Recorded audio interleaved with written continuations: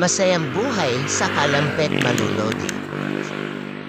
Paano maging laging masaya sa buhay? 1. Laging tandaan na walang sino man sa mundong ito ang walang problema. Hindi lang ikaw ang may problema. 2. Ang mga hamon ay bahagi ng buhay. Isa lamang itong patay na tao na walang hamon. 3. Walang problema na walang solusyon. May mga solusyon sa mga sakit na iyong pinagdadaanan. 4. Ang paraan ng paglarawan mo sa iyong sarili, sa iyong isip, ay maaaring makaapekto sa iyong kaligayahan. Isipin ang iyong sarili bilang isang mahalaga at magandang tao. Iwasan ang mababang pagpapahalaga sa sarili at inferiority complex. 5. Huwag isipin kung ano ang sinasabi ng mga tao tungkol sa iyo. May mga taong sadista, may sasabihin lang sila para lang malungkot ka. 6. Makipagkaibigan sa mga makatuwirang tao na nagpapasaya sa iyo. Huwag makipagkaibigan sa mga taong nagbibiro sa iyo o tumatawa sa iyong mga hamon.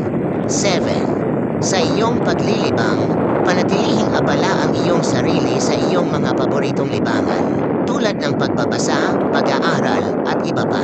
8. Huwag hayaan ang sinuman na takutin ka ng pera at material na bagay.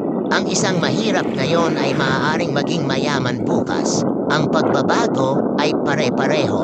9.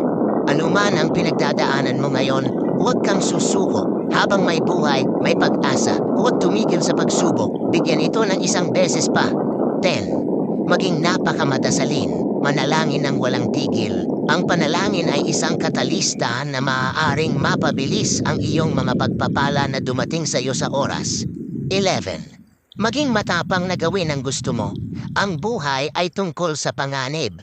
Kung hindi ka nakipagsapalaran, hindi mo makukuha ang mga hinahangad ng iyong puso. Nagustuhan mo ba ang kwento ko? Kung yes, mag-follow ka. Papa Kuya Nita ng inyong lingkod. Enjoy po. Ride safe lagi.